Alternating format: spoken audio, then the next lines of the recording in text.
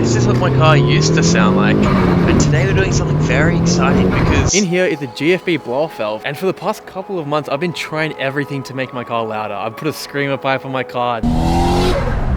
That's so loud. That was too loud. I put a full 3-inch on the car and now it's still not loud enough. So let's see if this GFB blow-off valve can be the final piece in the puzzle. Hopefully. The first thing I noticed is the boxing is really good quality, so that is a good sign. When you get a new product and the boxing feels bad, it's not always a good sign, but this feels solid. And I'm sorry I'm glazing, but it actually does feel good. Sticker, freak yeah, dude. First impressions, this is really solid. It doesn't feel like those cheap plastic ones. It feels solid. I didn't realize, so you can change it from fully vent into atmosphere to full recirc. I'm not gonna recirc it, so I'm just gonna block it off. I'm gonna leave it on full freaking, you know what I'm saying? We want maximum sounds with this. First, we're gonna take off this rubber bucket here to put in the blow-off valve. Perfect. And then I'm grabbing my spare hose I had in the garage, thankfully. And I'm just gonna put it where we blocked off that hole. And then this will go on, something like that. And then we get a little, hopefully. And that's all on there, so that's gonna be shooting out there. And then we took a vacuum line from the top of the blow-off valve to a boost reference line on the intake. This is all on here, and it's connected up to there. And that sits really nicely in there. I'm happy with that. And now we get to see what it sounds like. To say the least, I am excited. before we hear what it sounds like, we gotta fix the exhaust leak, and that's because of myself. 2 episodes ago, I tried to use gasket sealer to fix the exhaust leak, and last episode we found out that there is still a huge leak, so I'm gonna have to do it the right way this time, man. Take off all the bolts to the dump pipe and tighten them evenly. This one is so annoying, dude. So this ratchet has to go into that bolt there. You can't even see it. It's so far down and there's just not much room. So it's not a very enjoyable task. I did this movement for like 10 minutes. And after loosening all the top bolts, I could finally start tightening this annoying bottom bolt. And the reason why I loosened the top ones before doing this bottom one is just so I tighten it evenly so the gasket sits completely flat. And that is literally all done. I'm really hoping it doesn't leak because that took quite a while, as you can see by the color change of the day and night. That's probably not the right way to say it. It went from day to night. Yeah, let's start it. Please no leaks. Dude, I completely forgot the jack was still on and I was in gear and I let go of the clutch and went forward. Yeah, so it's got a small leak, but nothing crazy. It's a lot better.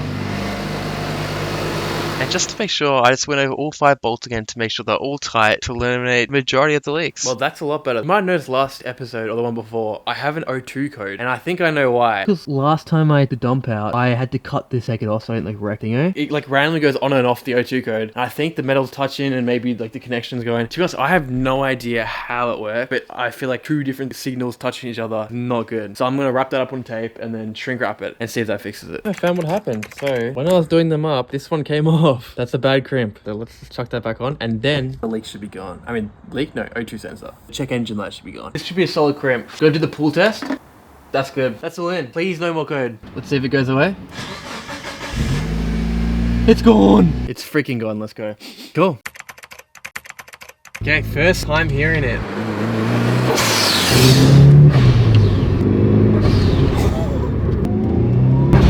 It's actually been so long since I've heard a blow-off valve, and man, I miss it. Oh my goodness. I just can't hate that. It's actually the exact same as rewatching an old movie. I used to have a blow-off valve, and I completely forgot what it's like, and now it's coming back. I get to enjoy it for a second time. I think it probably took me under like 15 minutes to install. It was super easy. You only really need a screwdriver and a flathead to install. And then if you all the same clamps, it's just a freaking screwdriver and you're good to go. I actually love that sound. It sounds way too freaking good. I don't even have to talk. I'm just gonna let you guys enjoy the sounds because like me yapping or like some blow-off valve sounds, I don't know.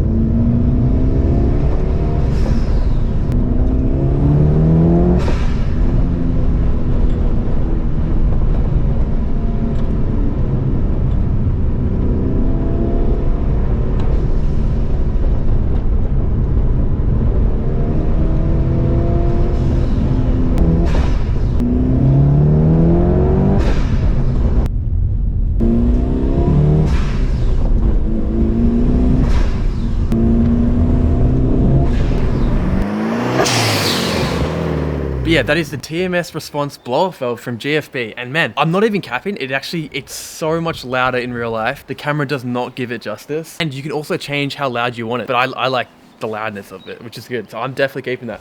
I've currently made it a little bit more hidden, so you can't actually see it from the top anywhere, but it is still connected down there. I'll have to take this on a proper hill run and get some reactions to it because it actually sounds gnarly. Dude, also, just my luck, as did a mod. Of course, when you do a mod, you have to do a maintenance mod too, because my window regulator thing broke, dude. It snapped off right here. I don't even know how this works. I couldn't tell you, but it broke. So that's really annoying because now I'm gonna have to spend money on a maintenance part. That's what my door currently looks like after all that. But yeah, thank you for sticking all the way to the end again, quite literally. The Celica is actually coming back next episode. It's been a bit of a mish and you'll see why if you made it to the end anyway.